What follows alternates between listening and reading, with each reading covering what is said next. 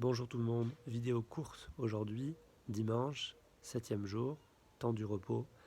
J'ai fait déjà une vidéo la semaine dernière, on avait commencé par ça. Simplement, j'avais pas encore mis le modèle de méditation.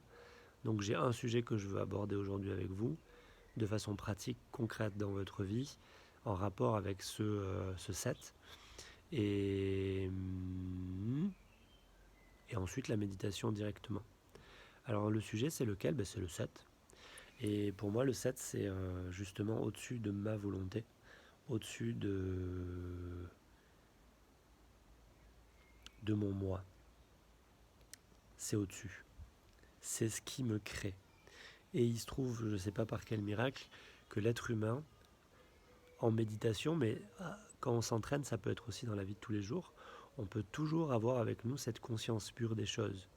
Par exemple, je suis en train de souffrir ou je suis en train de prendre plaisir. En général, quand on prend plaisir, on ne veut pas le faire. Mais il faudrait le faire tout le temps parce que c'est ça le piège justement. C'est quand je prends plaisir, je ne veux pas le faire. Et du coup, derrière, qu'est-ce qui se passe? J'ai un cycle qui s'enclenche, donc plaisir, déplaisir, plaisir, déplaisir. Les bouddhistes parlent comme ça, les chrétiens parlent comme ça. C'est revenir à l'observateur, la conscience pure des choses. Donc je pense, ok, je prends conscience que je pense, ok, et je prends conscience d'être cette chose qui pense. Donc il y a trois marches à monter. C'est dur à conceptualiser, mais imaginez, vous avez de l'anxiété, donc vous êtes l'anxiété. Vous êtes l'anxiété. Quand vous prenez conscience de vous en train d'avoir des anxiétés, vous êtes anxieux. Mais vous êtes dedans. Ah, je suis anxieux. Ou alors, je suis en colère là, je suis en colère. Vous voyez? Le premier stade, c'est que vous n'avez même pas conscience. C'est-à-dire vous êtes la colère, donc vous allez taper, vous allez faire quelque chose de pas bien. Vous êtes... vous voyez, on dit ça rend aveugle. Vous voyez, on peut être aveuglé par sa colère. Vous n'avez même pas conscience d'être en colère. Le deuxième stade, c'est oh, je suis en colère là. J'ai envie de taper quelqu'un, j'ai envie de me défouler, ou je suis quand même sacrément triste ce matin. Là, vraiment. Mais voyez, on s'attribue quand même la chose. On est quand même dominé par la chose, mais on a conscience de la vivre. C'est déjà mieux. C'est déjà beaucoup mieux. On peut déjà à ce stade se dire ok, c'est un moment à passer. Voyez, dur moment, mais et du coup c'est dur de s'extirper. Hein. Quand on est dans ces zones-là, c'est pas évident. Ces grosses émotions comme ça, elles nous prennent, mais les bonnes aussi. Hein. Quand on tombe amoureux, quand on tombe en passion, ça nous enferme dans quelque chose. Vous voyez, ça prend toute notre largeur d'esprit. Et du coup, 10% de notre vie nous paraissent pour la totalité. On a la tête dedans. Et donc,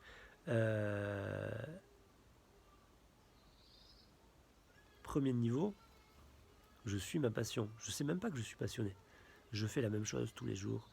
La guitare ou le yoga, je fais. Je ne sais même pas que je suis passionné, je fais.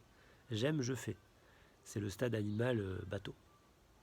Deuxième stade, je prends conscience que j'ai une passion. C'est intéressant.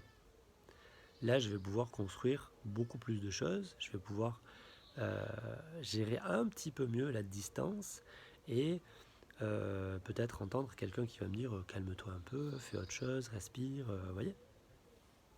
Donc si je reviens sur l'anxiété, je suis dans l'anxiété, dans mes soucis, je réfléchis à mes soucis, j'ai même pas conscience d'être anxiété et quelqu'un me regarde de l'extérieur et fait oh là là, il est en train de se ranger tous les doigts au sang, il y a de l'anxiété. Deuxième stade, je prends conscience, je suis anxieux là. Ok. Troisième stade, il y a un décollement. Conscience pure, je me vois en train d'être anxieux.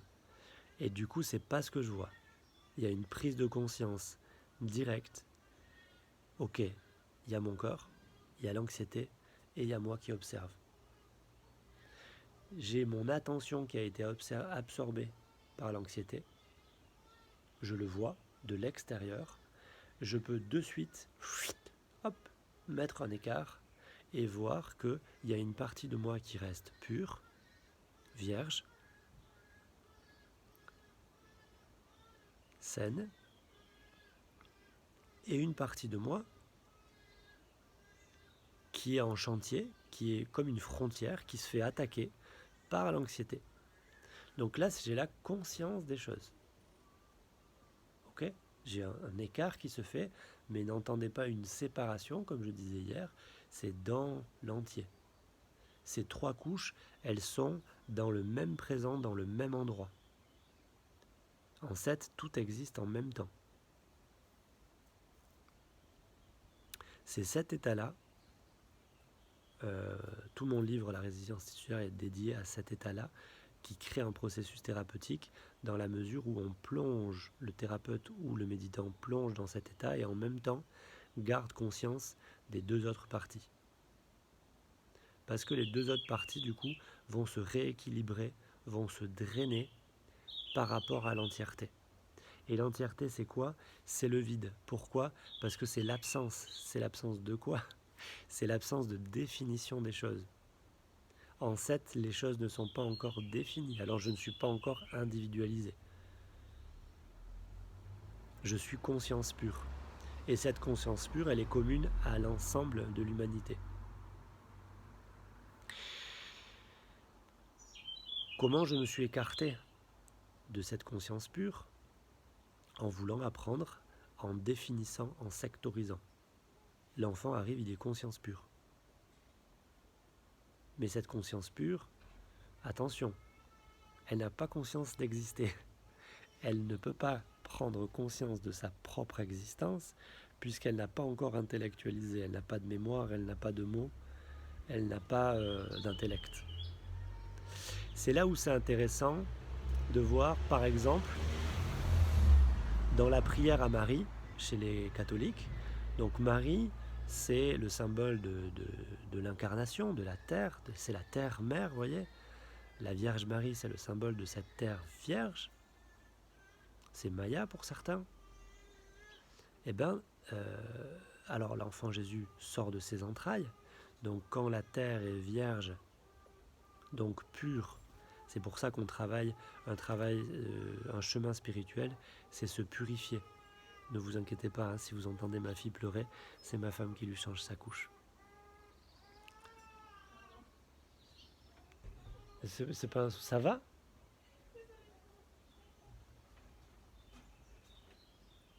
Je crois que ça va. Le changement de couche est un peu sportif.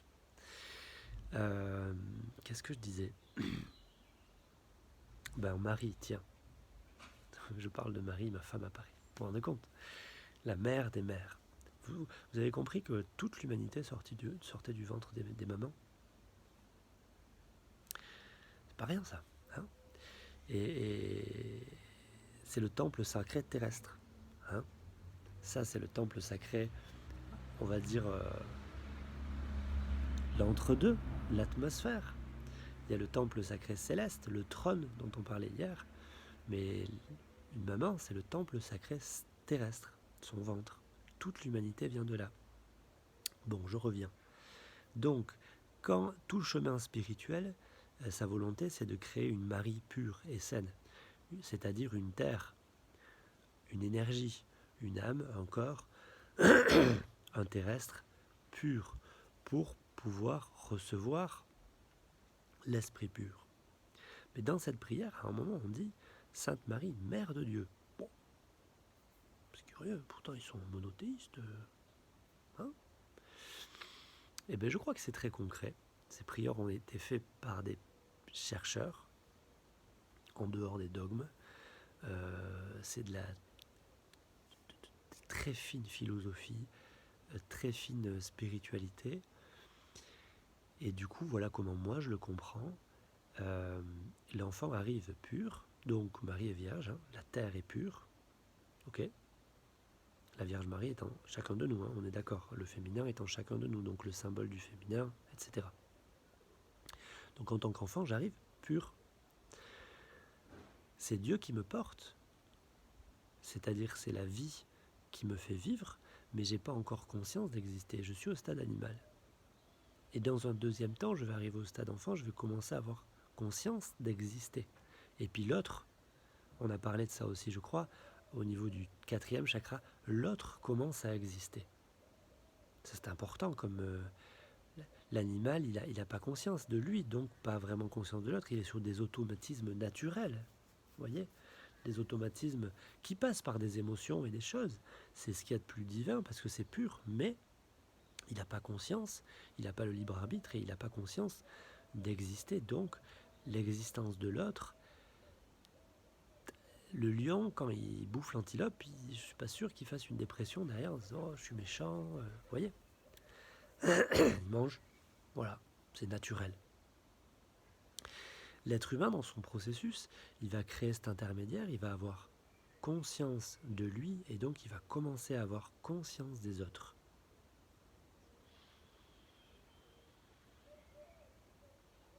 Et s'il continue, il va commencer à avoir conscience de l'entièreté, et dans son extrême sagesse, il va commencer à se dire on est tous un en fait. On est une vraie unité. Et donc dans un processus de vie, je pars bien de la terre, et dans un chemin spirituel, j'arrive à Dieu. Et donc Sainte Marie, Mère de Dieu, si tu es sainte, si tu es saint, si ta terre est sainte, tu vas voir l'unité, tu vas voir la plénitude, tu vas voir l'entièreté. C'est ça que ça veut dire pour moi dans cette prière-là. C'est intéressant, je crois, pour nous dans notre vie de tous les jours.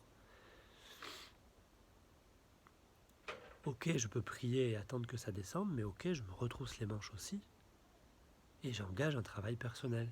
Je reviens sur cette fameuse loi de l'attraction. Bien sûr, je vais utiliser mon imagination créatrice. Donc, ce qui est intéressant quand on parle d'imagination, c'est que on la crée ou on la reçoit. Parce que l'imagination, c'est le futur. J'imagine le futur. Hein? Et donc, potentiellement, c'est du futur qui vient vers moi.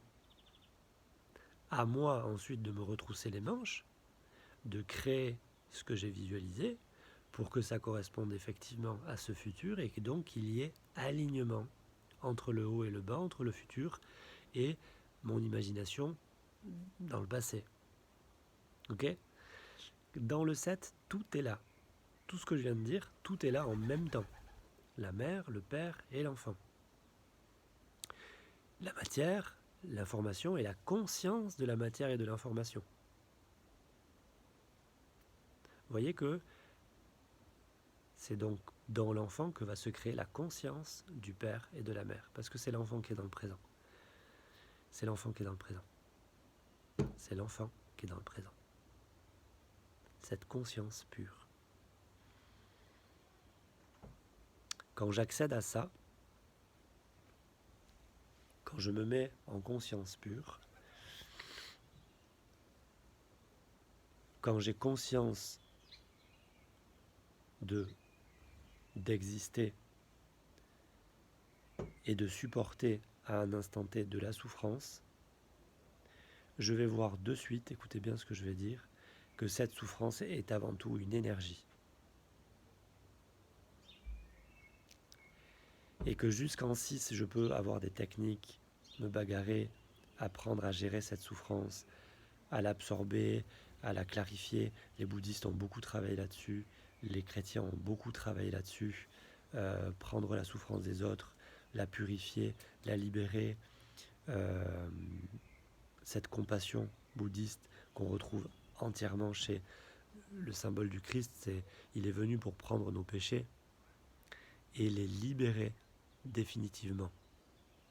Il les libère définitivement. Comment ? En mourant, en passant en 7, en allant dans la mort sacrée. La mort sacrée, c'est cet espace. C'est pas la mort de l'âme, c'est la libération de l'âme des plans lourds. Voilà, je rentre dans le monde des cieux. C'est le départ de la terre. C'est le symbole du Christ sur la croix. Les bouddhistes, ils parlent de la compassion. Donc ça commence avec la souffrance existe. Ok ? Le chrétien, il voit Jésus sur la croix. Ah oui, la souffrance existe. Mais la souffrance est due à l'attachement au désir chez les bouddhistes. À l'attachement au désir. Vous voyez, ils sont au 3e niveau. ils ne sont pas attachés à l'objet, ils sont attachés, alors pas les bouddhistes, hein, je veux dire, je vais reformuler, ils parlent non pas de l'attachement à l'objet, mais de l'attachement à l'attachement. Ils parlent de l'attachement au désir de l'objet. Christ sur la croix, il y a la souffrance, la mort et donc la mort de cette souffrance. Et dans le même temps, il y a mon attachement au Christ, il y a mon attachement à cet idéal, donc il y a mon attachement à ce désir qui est là. Et qui par la croix, c'est très rude hein, comme travail, qui meurt. Il y a une mort. Il y a la mort aussi du coup de cet attachement au désir. Vous voyez ?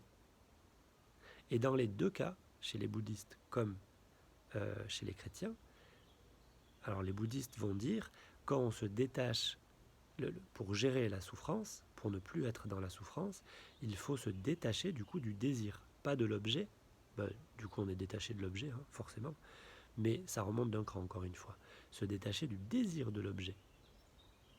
Eh bien le Christ, la croix le détache, la mort, il y a un détachement qui se fait, il y a un abandon, vous voyez, un abandon. Pas, j'allais dire un abandon de la vie, mais un abandon à la vie plutôt, vous voyez, que sa volonté soit faite. Ça c'est chez les chrétiens. Les bouddhistes ne parlent pas comme ça, mais ils disent, si vous vous détachez, il n'y a plus de souffrance. Donc la paix. Le Christ est ressuscité. Pour moi, c'est ça que ça veut dire. Ça veut dire que, ok, il y a la souffrance, allons jusqu'au bout de la souffrance, jusqu'à la mort, il est quand même ressuscité. Donc, si je m'abandonne à la vie, si j'abandonne mes désirs, ma propre volonté, mon intellect, c'est là où je vais avoir le cadeau de pouvoir voir, et le voile va se lever, la vraie vie. La volonté de la vie. C'est ma volonté qui s'interpose entre la volonté de la vie et moi. Et ça, dans le 7, je le vois parce que je suis complètement détaché et du coup je vois moi et je vois ma volonté et je vois l'objet de ma volonté. Vous comprenez ? Je vois moi, je vois ma volonté, c'est déjà pas la même chose. Et je vois la volonté vers où elle va, vers quel objet. Comment le Christ, par exemple, peut devenir une idole ? Une idole, c'est quelque chose justement qui va se mettre entre moi et ma plénitude, entre moi et Dieu, on dit. Eh bien, si je prends Jésus comme il n'y a que lui qui peut avoir accès à la plénitude et je serai de toutes les façons inférieur, je reste moi, donc je vois la chose de l'extérieur, moi, attaché à mon désir de ce Dieu humain, de cet homme-dieu. Et il n'y a que lui. Donc, si je reste attaché, je ne pourrai jamais accéder à Dieu en moi. Si je laisse mourir cet attachement à cette image, à cette idée que j'ai à l'intérieur de moi, là, ma volonté, mon ego, mon intellect peut mourir, abandonner, se mettre à genoux. Des fois, ça se fait dans des grands pleurs, parce que on aime bien aller jusqu'au bout hein, avec notre volonté. Je gère. On va jusqu'au bout. Et souvent, je dis à mes patients, je crois que 80% des contraintes qu'on porte, c'est parce qu'on n'accepte pas de mettre les deux genoux à terre et d'accepter le fait de ne pas pouvoir les porter. C'est de l'orgueil, hein, je crois. Bien sûr, de l'orgueil parce qu'on a peur d'être faible, parce qu'on veut être fort, pour montrer aux autres, d'abord on a cette excuse parce qu'il faut soutenir les autres, et puis après, c'est envers nous-mêmes. Quand vous êtes paniqué du lendemain parce que vous ne savez pas de quoi il est fait, c'est ça, c'est vous qui avez créé cette panique. C'est à force de tout vouloir gérer, de croire que vous gérez tout alors que vous gérez qu'1%. Votre corps, c'est pas vous qui le gérez. Donc vos pensées non plus. Qu'est-ce que vous gérez vous? Vous gérez cette divine intention, cette divine, ce libre arbitre, cette conscience des choses. Oui, je veux plier le bras, je plie le bras. Mais je suis juste 1%, quoi. Il y a eu tous les muscles, les processus chimiques, physiques, vous voyez? Du coup, le 7, pour moi, c'est tout ça. Et oui, ça guérit. Parce que ça détache.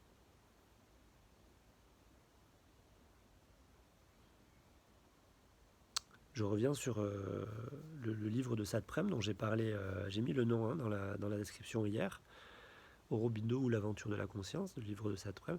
On voit bien leur démarche de yogi. Ils vont chercher les siddhis, donc les pouvoirs, et ils vont travailler sur eux, ils vont travailler jusqu'au 6.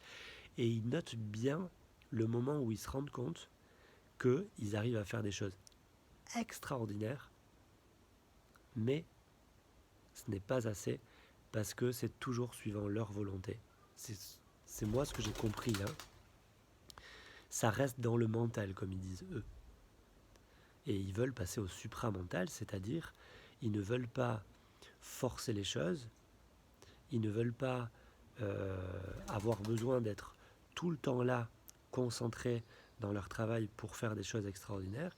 Ils veulent faire descendre l'extraordinaire dans la matière et ne plus avoir besoin d'être là avec leur volonté. Et pour moi, c'est ce passage au 7. Voilà. C'est toute la différence entre un thérapeute qui, avec sa volonté, va vous soigner comme lui il veut. Si vous voyez que toutes ces réflexions me sont venues par mon métier de thérapeute. Mais ça s'est infiltré dans toute ma vie. Parce que c'est la vie que j'étudie, dont je parle et avec laquelle j'essaye de dealer, quoi. Donc j'ai appris plein de trucs, kiné, ostéo, après j'ai fait un peu de médecine chinoise, j'ai appris plein de choses. Je savais de plus en plus de choses, mais c'est toujours Patrick Goussoub qui faisait un bilan. J'avais la volonté de vous soigner, donc je devais prendre mes critères, mes valeurs, mes bilans, mes conceptions, vous lire à travers un corps, à travers des énergies, à travers le chi, à travers le prana, à travers ceci, à travers cela, à travers la psychologie. Vous voyez, tout ça, c'est bien. Si c'était à refaire, je le referai. Et je vous le dis, je continue d'étudier. Parce que le 7 se sert des 6. Le 7 se sert des 6. Mais par contre, il y a eu vraiment ce moment où, je l'explique très bien dans mon livre, il y a eu ce switch. Je me suis dit, mais attends, il y a tant d'écoles qui font tant de choses différentes en explication, et même en concret. Il doit y avoir un point commun à tout ça pour trouver l'explication du soin. Parce qu'il n'y a qu'un être humain quand même. Il y a une unité dans tout ça, obligatoirement. Et c'est dans ce chemin que j'ai commencé à voir, c'est grâce notamment au livre de Charles Ridley. Il en a écrit qu'un, ne me demandez pas le titre.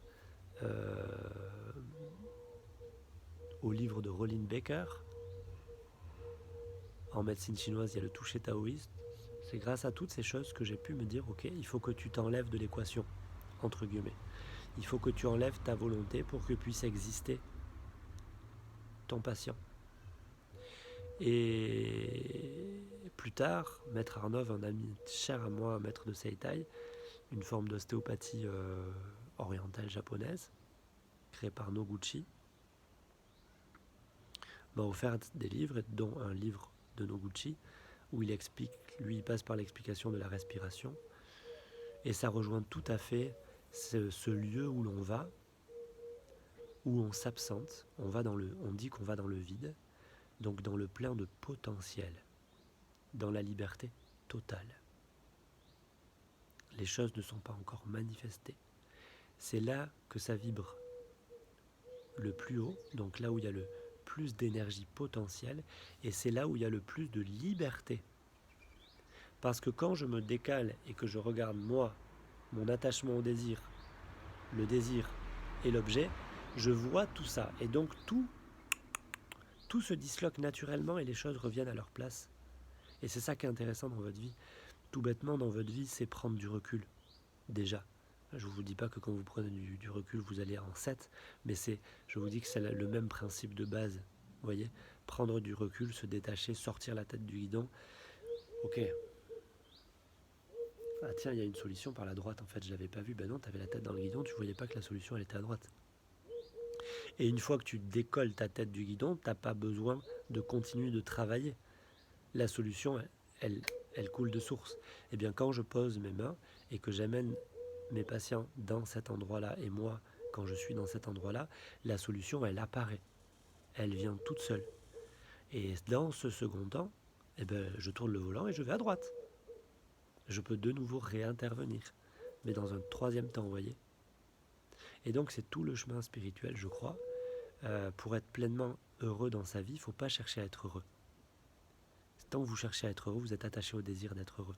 C'est pour ça que le New Age, ça ne marche pas. La loi de l'attraction, ça ne marche pas. Il faut se méfier beaucoup de chaque démarche qui vous dit, et vous, quand vous faites votre yoga, ou quoi que vous fassiez, si vous le faites par un attachement au désir d'être plus heureux, plus fort, plus grand, ça va se casser la gueule à un moment. Sachez-le. Vous pouvez continuer de le faire, mais en connaissance de cause, parce que pour être pleinement heureux, il ne faut pas chercher à être heureux. Il faut accepter d'être d'abord dans cet endroit de vérité avec un grand V, cet endroit de recul total sur les choses, ce détachement du désir de l'objet, les choses se dissolvent, se détachent, vous voyez tout dans la perspective et à cet endroit-là, vous attendez, vous vous calmez, vous respirez jusqu'au moment où vous avez l'impression d'être entier, sans l'attachement, sans le désir, sans l'objet. Et quand vous êtes entier, sans l'attachement, sans le désir, sans l'objet, là vous pouvez reprendre le désir et l'objet, mais c'est juste une gourmandise. C'est juste parce que là, du coup vous allez le voir, hein, mais la vie vaut le coup d'être vécue. Vous voyez ? Alors il y a deux choses qui vont nous empêcher de garder ce recul et de garder ce 7. C'est donc l'attachement au désir de jouir et l'attachement au désir de ne pas souffrir. Quand je vais avoir un grand plaisir, il va être facile de m'y attacher et je vais vouloir le garder. C'est sûr que ça va souffrir à la fin. C'est quand j'enlève quelque chose qui me faisait préalablement du bien que la souffrance apparaît. Vous voyez ? Il y a forcément les deux polarités. Forcément. À la base, vous êtes neutre. Dans le 7, on est neutre. Souffrance, c'est une énergie. Plaisir, c'est une énergie. C'est une information à vivre, à faire l'expérience. Point. L'expérience se fait, la souffrance se dissout. Je reviens à la paix. L'amour arrive, j'en profite et hop, ça passe et je suis enrichi de cet amour, je reviens à la paix. Dans la vie, ça ne se passe pas comme ça. J'arrive en paix, l'amour, oh, tac, je m'attache au désir. Du coup, qu'est-ce que va faire la vie ? J'ai dit qu'il y avait une résilience générale et du coup, mon système veut revenir à la pleine liberté, au plein alignement, au plein épanouissement et à la paix. Mais si je cherche ces choses-là, je vais chercher la définition de mon intellect qu'ont ces choses-là. Donc je vais créer un attachement au désir de ces choses-là. Donc il ne faut pas chercher ces choses-là, il faut chercher la vérité, l'absence, le vide, le 7. Et dans ce 7, j'ai ces choses-là qui apparaissent. Je suis en paix, je me sens libre, je me sens complètement entier, je me sens pleinement en vie et pleinement épanoui. Et la vie me semble comme un détail délicieux, comme la chose la plus sacrée qui existe. Les moindres détails de la vie nous semblent à la fois les choses les plus détails, les choses les plus minuscules et les choses les plus sacrées. C'est une sensation extraordinaire. Et donc je reviens, comment ça se passe ? Je tombe amoureux, je vais m'attacher à cet amour, à cette passion. Et du coup, la vie, vu qu'elle veut notre plénitude, elle va voir qu'on a pris l'entièreté de l'univers l'entièreté de notre univers et qu'on le séquestre à l'intérieur d'un truc, qu'est-ce qu'elle va chercher à faire? À libérer le truc. Et là, nous, on va appeler ça ce processus de la souffrance.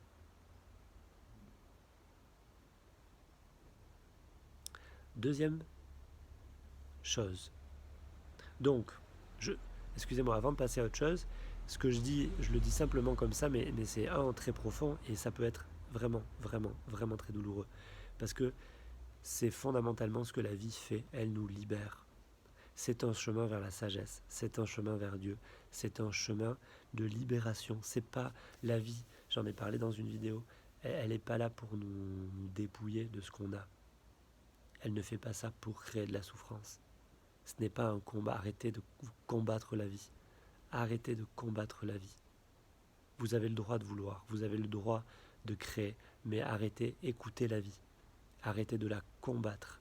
Si elle vous enlève quelque chose, je vous le jure, ici et maintenant, faut pas jurer, je vous le promets, ici et maintenant, c'est qu'elle a quelque chose de plus grand à vous offrir.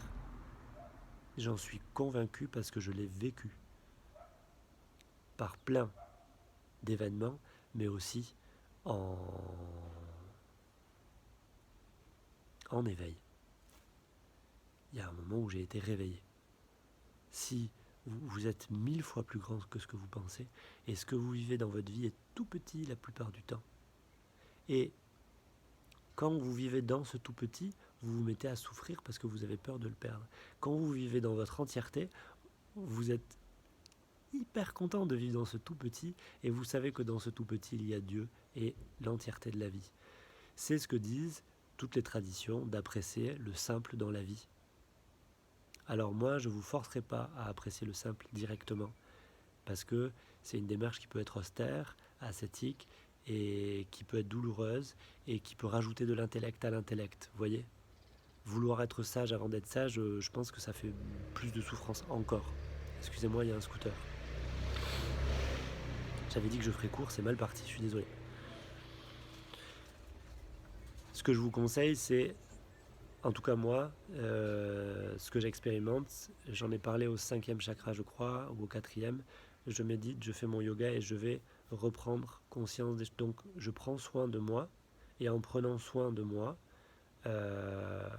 mais je cherche la vérité par contre. Je ne suis pas tendre avec moi. Je cherche la vérité. On va voir dans le deuxième plan. Et sur ce chemin-là, et bien là, ça apparaît à l'intérieur de moi. Et je le ressens à l'intérieur de moi. Et du coup, ça se fait, effectivement. Moi, le confinement, je suis hyper heureux. J'ai besoin de rien. Je suis chez moi. J'ai mes enfants, ma femme. Je pense sincèrement que si j'étais seul, et ben, parce que quand je fais mon yoga, que je lis, tout ça, je suis heureux. Je suis content de tout. Parce que je suis d'abord en 7. Donc je n'ai pas cette perception de dépendre du petit monde dans lequel que j'ai créé. Mais il y a quand même ce petit monde que j'ai créé, et je profite de ce petit monde de dingue. Mais à partir de là-haut, c'est toute la différence. Du coup, ce petit monde, c'est un plus. C'est pas normal, vous voyez. La vie, il y a quelque chose de très beau dans mon livre. Souvent, je crois que les gens passent à côté. Je dis que la vie, en fait, c'est un miracle. C'est une étincelle qui sort de la mort. Vous voyez la mort comme étant l'immense repos, le 7. Ouais, vous arrivez dans les cieux, la pleine liberté. Vous n'êtes plus attaché ni à votre corps, ni à vos souffrances, ni à vos pensées, ni à rien. Vous êtes vide. Vous n'êtes personne. Ça, c'est ce qu'on a dit la semaine dernière, dimanche. C'est ce jour-là, hein, c'est le jour du dimanche, c'est ce grand repos. Vous allez voir que toute la matière, toute la physique est morte, sans vie. Et on ne sait pas à quel moment de ce terrain-là, l'étincelle de vie arrive et pouf. Et mon corps va se battre contre la mort, parce qu'il y a les effets du temps qui vont me faire aller vers le tombeau, vers la paix, vers la libération. Mais vous voyez que tant que je suis en vie, c'est qu'il y a une étincelle incroyable qui vient dans mon corps et qui c'est une exception. C'est l'exception à la règle. Je trouve ça complètement hallucinant. Et tant que je suis en vie, ça veut dire que je suis plus fort que toutes les contraintes de l'univers. Parce que je les ai toutes en moi. Et c'est pas moi qui suis plus fort que toutes les contraintes de l'univers, hein, vous avez compris.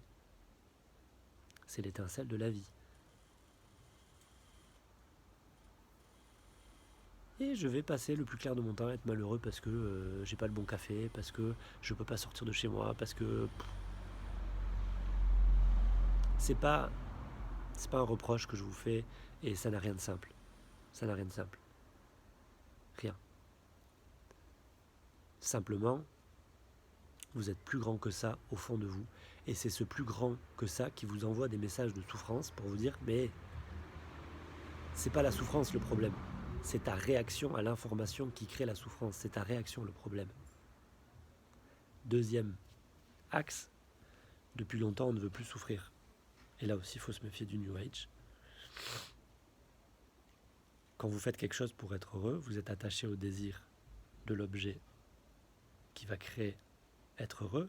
Donc on a déjà dit que en plus il y a un mensonge, c'est-à-dire vous prétendez que c'est l'objet qui va vous rendre heureux alors que être heureux c'est à l'intérieur de votre cœur. À la base, donc il faut faire un chemin pour ça aussi. Mais c'est pas le 7, ça. Ça, on en a déjà parlé, donc je vais essayer de pas trop déraper. Ce que je veux dire, c'est que dans la prière chrétienne, on dit à Dieu que ta volonté soit faite. Donc que la volonté de la cause, que la volonté du 7 soit faite. Mais autrement dit, que j'arrête un peu avec ma propre volonté. Autrement dit, être en accord et en alignement avec la vie, c'est aussi dire, tiens, de l'anxiété. Ben, c'est qu'il faut que je vive cette anxiété.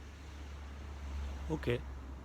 Quand je pense comme ça, je vis comme un couple, il y a la vie et moi, je vis en couple avec la vie, ma vie devient une expérience, et il y a plein d'expériences à faire. Et oui, il y a aussi tout ce qui est souffrance. Oui. On a expliqué juste avant un peu les causes possibles de ces souffrances. Enfin, oui. Mais une des causes magnifiques de souffrance, c'est la non-acceptation de cette souffrance. Donc on met de côté, on met de côté, on met de côté, on met de côté. Donc je me suis enfermé dans ça. La vie me dit mais non, t'es plus grand, clac. Je sens de la souffrance, je dis ah ben non. Je vais chercher du bonheur encore plus au centre de ça. Alors qu'est-ce que je fais? Ch'tac. La vie vient me voir, elle me fait moi je veux pas souffrance. Je fais de la spiritualité, je cherche le bonheur, l'amour, je ne vis que par l'amour, je ne veux plus de souffrance dans ma vie, je ne veux plus l'éprouver, je vais chercher encore plus profond. Tac. Vous voyez le piège? Ça se referme petit à petit, ça se referme. Et du coup, les contraintes vont être de plus en plus grandes. On est fait, à l'origine, plus fort et plus grand que toutes les contraintes pouvant impliquer de la souffrance. On est fait, à l'origine, plus fort et plus grand que toutes les contraintes nous amenant souffrance. Et c'est cet oubli qui nous fait nous sentir petits. Et c'est parce que on se sent petit qu'on a peur de souffrir. En 7, je vous le dis, la vérité c'est que si vous êtes en vie, le 7 est là. Et si le 7 est là et que c'est connecté, même si vous n'en avez pas conscience, et je le sais, vous n'en avez pas conscience, et moi non plus, j'ai conscience d'un petit... Voilà, et puis de jour en jour ça grandit. Mais maintenant j'ai confiance. Je sais que s'il m'arrive quelque chose, de toutes les façons, si je suis en vie, c'est que je suis plus grand que cette chose. Je n'ai plus peur. La plupart du temps. Des fois ça plonge. Mais au fond, je vais méditer, j'ai toujours cette petite étincelle au fond. Ça ne me quitte plus. Et la plupart du temps, les plus grands cadeaux, je les ai justement quand je dis oui à cette anxiété qui vient, oui à cette souffrance, oui à cette colère. Pas dans le monde extérieur, dans mon monde. Je dis oui à ces choses et je les laisse me traverser et je les laisse se dissoudre, je les laisse se libérer. Toute seule, je suis en 7. C'est comme ça que je soigne mes patients. Et c'est comme ça que vous pouvez vous soigner. En remontant en 7 et en laissant émerger. Et quand dans la vie, j'irai même plus loin, quand vous êtes enfermé dans votre bulle, c'est que vous devez être enfermé dans votre bulle et que vous devez faire cette expérience. Alors sur ma page, j'ai mis plusieurs fois la méditation et le principe du oui. Il faut dire oui. Il faut dire oui à ce qui vous arrive. Il faut dire oui à la vie. C'est le seul moyen que petit à petit ça s'ouvre. Si vous dites non à la souffrance, ça va se fermer. Ça va se fermer. Dites oui. Oui à la souffrance. Oui au plaisir. Bien sûr, aspirez au plaisir, mais si aujourd'hui vous vivez la souffrance, dites-lui oui. Et c'est le meilleur moyen pour que vous récupériez la vérité. Et la vérité, c'est que vous êtes plus fort que ça. Et que quand vous l'aurez vu, alors du coup c'est paradoxal, vous voyez, parce que vous allez vaincre la souffrance, alors que vous aviez peur de ne pas la vaincre. Mais en fait, ce que vous allez vaincre, c'est votre peur de ne pas la vaincre, en vérité. Parce que si quand moi je pose les mains sur mon patient, vu qu'il est en vie, je le vois déjà que vous l'avez vaincu, cette souffrance. Vous l'avez déjà vaincu. Mais pas consciemment, pas dans votre prise de conscience, voilà. Et donc, quand dans votre prise de conscience, vous y allez et que vous acceptez ce qui vous arrive et que vous dites oui pleinement à 100% dans les 7 plans et pas dans un plan, oui j'ai accepté, non, tu as accepté dans un plan. C'est très compliqué, très dur et plus la souffrance est dure, plus c'est dur. Quand on accepte, inévitablement, ce n'est plus nous, c'est la vie qui vient prendre en charge cette souffrance et ce n'est plus de la souffrance. On le voit que c'est juste une énergie. Une méditation qui est simple, c'est ce que je vous ai dit. Vous vous mettez à l'écart, vous prenez conscience de vous, de la souffrance, de l'objet de la souffrance. Ça va décaler vous et la souffrance et vous allez voir que la souffrance, comme quand vous vous étirez, souffrir c'est vous étirer tout le temps. Voilà. Et vous prenez cet étirement, vous prenez cette souffrance. Désolé pour l'exemple peut-être qui paraît un peu léger, mais pas tant que ça.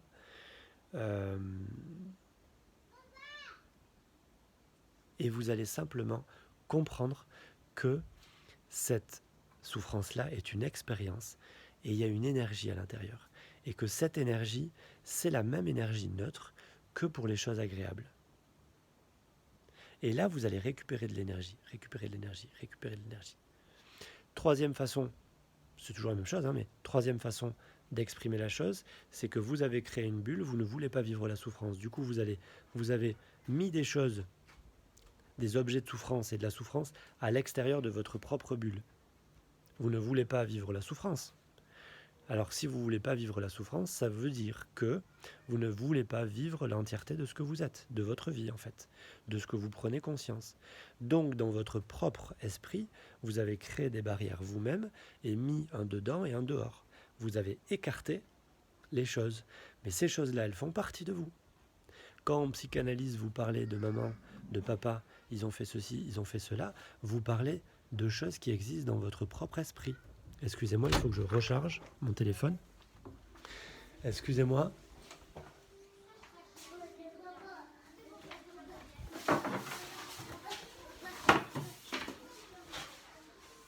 C'est le bazar. Oui ma chérie, oui je te fais un bisou, excusez-moi. Allez viens. Je prends ma fille dans les bras. Du coup c'est vous qui avez créé, excuse-moi chérie, c'est vous qui avez créé cette distance, tout seul. Du coup vous avez créé votre souffrance. D'accepter de vivre la souffrance, c'est juste d'accepter, d'enlever, de passer au travers les barrières que vous avez mis tout seul. Excusez-moi, je branche mon téléphone, sinon ça va couper. Voilà. On y est, je vais prendre ma fille dans les bras. Bougez pas. Oh ma chérie. Voilà ma chérie. Voilà. Ah bah non. T'as la maman ou papa? On y va. Allez. Ah bah, ah non. À tout à l'heure, papa. Excusez-moi, c'est le feu de l'action, c'est en direct. Hein. Euh, Donc oui, je voulais vous parler de ça et vous l'expliquer de différentes façons. Ça fait encore une vidéo un peu longue, mais euh, peut-être que ça va vous rendre la vidéo de la semaine dernière sur se laisser mourir beaucoup plus concrète. En fait, quand on dit se laisser mourir, c'est laisser mourir notre ego. Autrement dit, c'est laisser mourir nos barrières. Il y a une méditation très connue bouddhiste, Tonglen, je crois que ça se dit, où ils le font volontairement. Un peu comme les catholiques qui disent chacun sa croix. Et donc le chrétien, son rôle, c'est de prendre la souffrance de l'univers et de la passer à travers le Christ, c'est-à-dire à travers la chose qu'il a de plus profond dans son cœur, c'est-à-dire à travers le 7, pour qu'il y ait libération de cette souffrance. La méditation de Tonglen chez les bouddhistes, ben c'est ça. C'est vous inspirer la souffrance et vous expirer, et en expirant, vous libérez cette souffrance. Et vous le faites, vous prenez conscience dans cette méditation de la souffrance, vous prenez conscience de votre réaction à vous, de la barrière. Souvent, c'est imagé comme un cocon métallique autour du cœur que vous devez briser. Donc arrêtez d'avoir peur de la souffrance, de la vôtre, puis vous allez absorber la souffrance de l'autre, et vous voyez qu'à chaque souffrance, il y a un cocon qui se recrée. En fait, c'est votre peur de la souffrance, c'est votre réaction à la souffrance. Tiens, telle personne, elle souffre, clac. Ah ouais, j'ai une réaction, pas contre cette personne, mais j'ai une peur de ce qu'elle vit.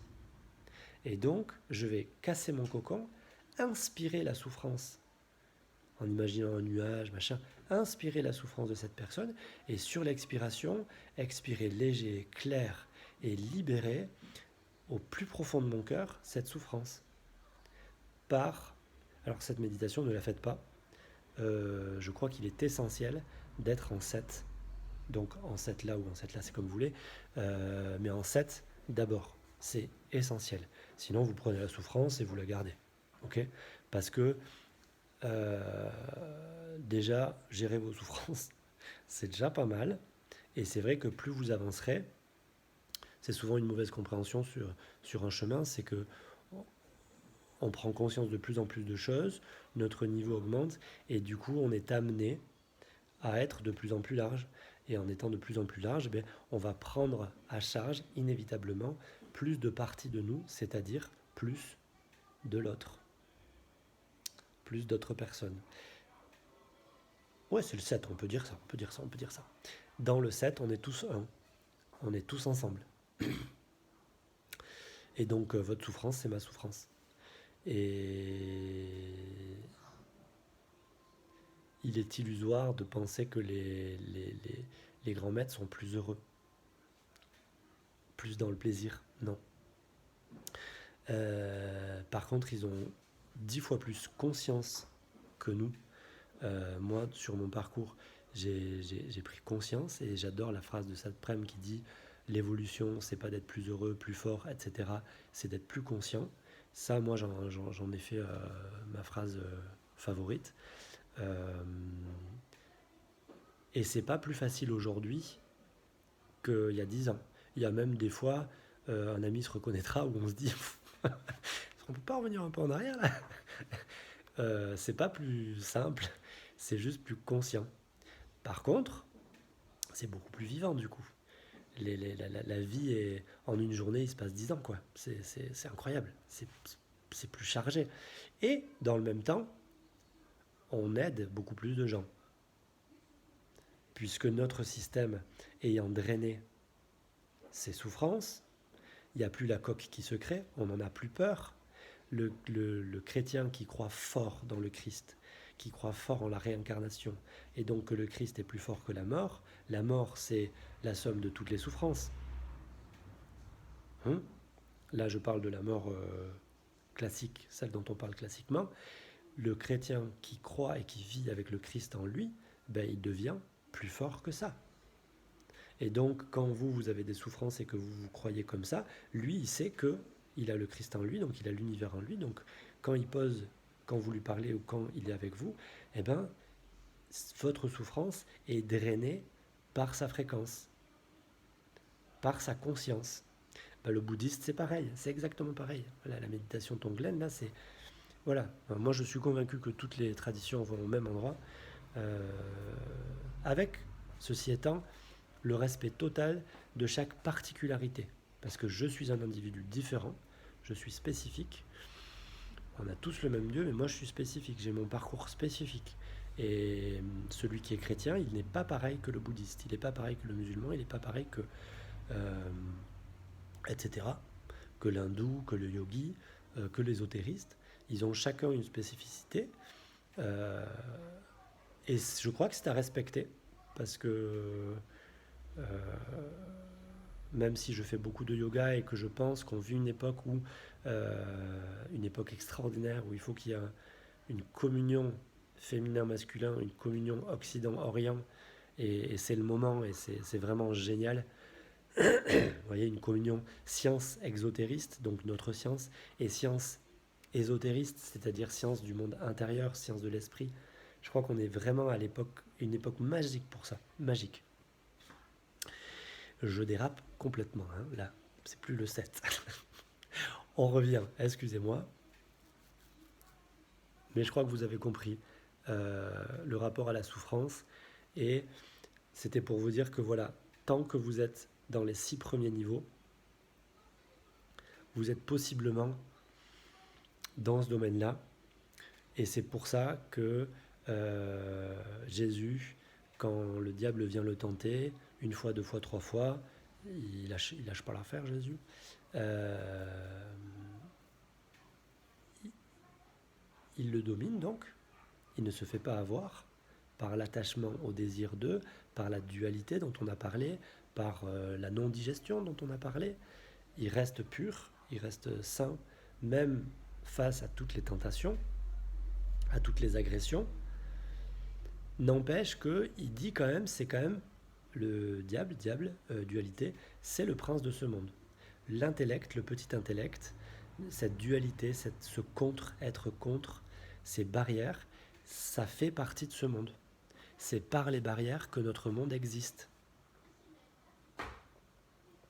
Une autre façon plus sympa de le dire, il est dit que Bouddha, quand il a eu son état d'éveil, du coup, ces démons, donc entendez ces mauvais états d'esprit, ces anxiétés, ces souffrances, hein, sont partis. Et quelques mois après, elles sont revenues et il est dit qu'il les a pris euh, par l'épaule en leur disant comment ça va mes vieux amis. Vous voyez donc, il faut changer notre rapport à la souffrance. Mais dit comme ça peut vous amener encore plus de souffrance. Par contre, si vous faites le travail de rechercher la vérité dans le 7, et donc que vous allez au fond de vous, ben là, ça va se faire tout seul en fait. Ça va se faire tout seul. Parce que c'est le 7, c'est cette partie de vous qui va prendre en charge toutes ces choses-là et vous deviendrez la globalité. Et dans la globalité, les choses vont venir disparaître, et vous allez faire ces expériences. Le matin, quand je fais mon yoga, j'étire ici, tiens, le foie, ok, ça tire, je respire mal d'ici, je rentre ma conscience à l'intérieur, je vais chercher le 7 à l'intérieur de mon foie, et là, je vois une histoire. Je ne vais pas vous faire ma vie privée, mais je vais voir pourquoi il y a cette colère à cet endroit-là, qu'est-ce qu'on m'a fait, qu'est-ce que j'ai fait, comment je le vois. Et hop, la chose se dissout. Cette expérience, du coup, revient en mémoire dans ma conscience et vient m'enrichir. Il y avait une énergie là qui était coincée. Elle était coincée par ma non-volonté de la vivre. Donc, je l'ai mis à l'écart. Clac. Ça me fait rire. Des fois, je dis à mes patients, ou oui, des fois je leur dis, quand ils sont un peu éveillés et qu'ils peuvent l'entendre, je dis, dis donc, là, c'était Picasso. C'est-à-dire que c'est dans tous les sens. Ça veut dire qu'ils n'ont pas été vivre toutes les expériences que la vie a mis sur leur chemin. Ils ont voulu choisir et dire ça je veux, ça je veux pas, ça je veux, ça je veux pas. Encore une fois, que ça soit dans le monde extérieur, vous devez faire ces choix-là pour construire en tant qu'être humain. Mais vous n'avez pas à les faire dans le monde intérieur. C'est là les koans là, des moines zen, les paradoxes non compréhensibles par l'intellect, c'est là qu'il faut vivre. Pour moi, je suis à la fois fini et à la fois infini.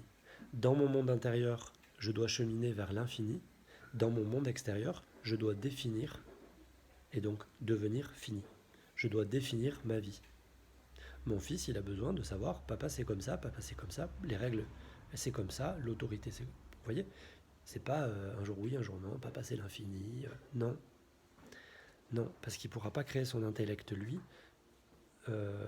grâce en s'appuyant sur le mien, sinon. Vous voyez? Donc, je fais une petite parenthèse, je remets lourdement en question, faites attention à tout le New Age et donc à toutes les nouvelles éducations des enfants. C'est bien de comprendre les enfants, mais c'est bien de les structurer aussi. Faire attention, vraiment. L'enfant, il ne sait pas. Il ne sait pas. Il ne sait pas comment se comporter, il ne sait pas ce qui est... Je vous ai raconté l'histoire de la compassion, il ne sait pas à la base. C'est Dieu, oui, mais c'est Dieu non encore incarné. Voilà. Donc si vous voulez qu'il s'incarne, et donc qu'il fasse son processus de vie, et donc ce que veut Dieu, hein, c'est pas pour rien qu'on est arrivé là. Enfin, en tout cas, c'est pas moi qui ai décidé de venir, mais une fois que je suis là, je fais le boulot. Et le boulot, c'est bien de s'incarner. Et de s'incarner, c'est de mettre ses barrières. Voilà. Je crois que j'ai fait encore un tour de boucle cette semaine. 56 minutes. Je croyais mettre 10 minutes. Bon. La méditation, allongée ou assis, vous pouvez poser les deux mains. Alors, je vais essayer de vous montrer. Comme ça. Voilà. Moi, j'aime bien comme ça. Voilà. Il y a deux pariétaux ici, vous pouvez regarder l'anatomie, et ça va fondre ici. Il y a une entrée privilégiée, bien sûr, à la fontanelle. Là, vous savez, quand les enfants, c'est tout mou. J'ai oublié complètement de vous le dire, mais je crois que je l'ai dit la semaine dernière, la glande, c'est l'épiphyse. On en parle beaucoup. Cette épiphyse, elle a un rapport avec la lumière. Elle est cramée par la lumière bleue des télés, des ordis. Cette épiphyse, elle a un lien avec le sommeil. Et donc, elle a un lien quand même, vous voyez, avec cette porte des cieux. Cette, entre guillemets, absence de conscience. Et méditer très très profondément, je crois sincèrement que c'est aller mettre de la conscience au plus profond dans les choses même qui étaient à l'origine inconscientes, c'est-à-dire notre sommeil. Pourquoi on a le sommeil? Pour nous soigner. Qu'est-ce qui se passe? On enlève la conscience, on enlève notre intellect. Ok, le corps peut se soigner. C'est pour ça qu'on se repose. J'ai compris ça il y a longtemps, je sais pas, il y a peut-être une dizaine d'années. J'ai vu que quand je méditais 5, 6, 7 heures par jour, yoga méditation, je pouvais dormir après 3, 4 heures par nuit. Et j'étais en pleine forme. Et en fait, plus j'étais aligné, tout le temps, à cette époque-là, j'avais pas d'enfant, j'avais beaucoup moins de contraintes. Hein. Là, je vous parle de moments, on est en vacances à La Réunion avec ma femme, à se dorer la pilule sur la plage toute la journée. Ok. Et donc, j'ai vu dans ces moments-là qu'il y a deux choses hyper intéressantes qui m'avaient beaucoup enseigné. Je dormais moins, j'avais moins besoin de dormir. Et la deuxième chose, c'est que je savais quoi manger. C'est-à-dire, on allait au marché avec ma femme, et même des choses, j'aurais pas pu l'inventer, vous voyez. C'est pas des choses dont j'avais l'habitude. C'est pas mon intellect qui voulait manger ça soit par habitude, soit parce que c'était bien. C'était vraiment ressenti dans mon corps, de façon totalement inhabituelle et qui allait souvent à l'encontre totale des régimes de base de mon régime, de ce que je mangeais d'habitude. C'était vraiment, tiens, il faut que je mange ça. Ah, j'ai envie de ça. Ah, j'ai envie de ça. Et mes repas étaient un peu bizarres du coup. Mais voilà, c'est des ressentis que je suis convaincu qu'on a cette intelligence au fond de nous. Je suis convaincu parce que je l'ai vécu. Voilà. Maintenant, il faut trouver un compromis dans nos vies. Et si on essaye de laisser sa volonté au lieu de la nôtre, au lieu de notre intellect, et bien simplement, peut-être une façon plus douce de vous le dire, vous allez accéder à votre volonté beaucoup plus grande, grand V, grand O, grand L, etc. Et vous allez sortir de votre petite volonté. Position des mains. Alors le poing, vous allez l'imaginer un peu comme dans la même lignée, mais juste derrière l'oreille. Voilà. Donc c'est au centre du cerveau, en arrière. L'hypophyse d'hier, chakra 6, au centre du cerveau, un petit peu en avant. L'épiphyse d'aujourd'hui, centre du cerveau, un petit peu en arrière. Vous pouvez regarder l'anatomie à la limite sur internet, épiphyse. Et du coup, vous centrez le poing là et vous respirez. Vous respirez, vous respirez.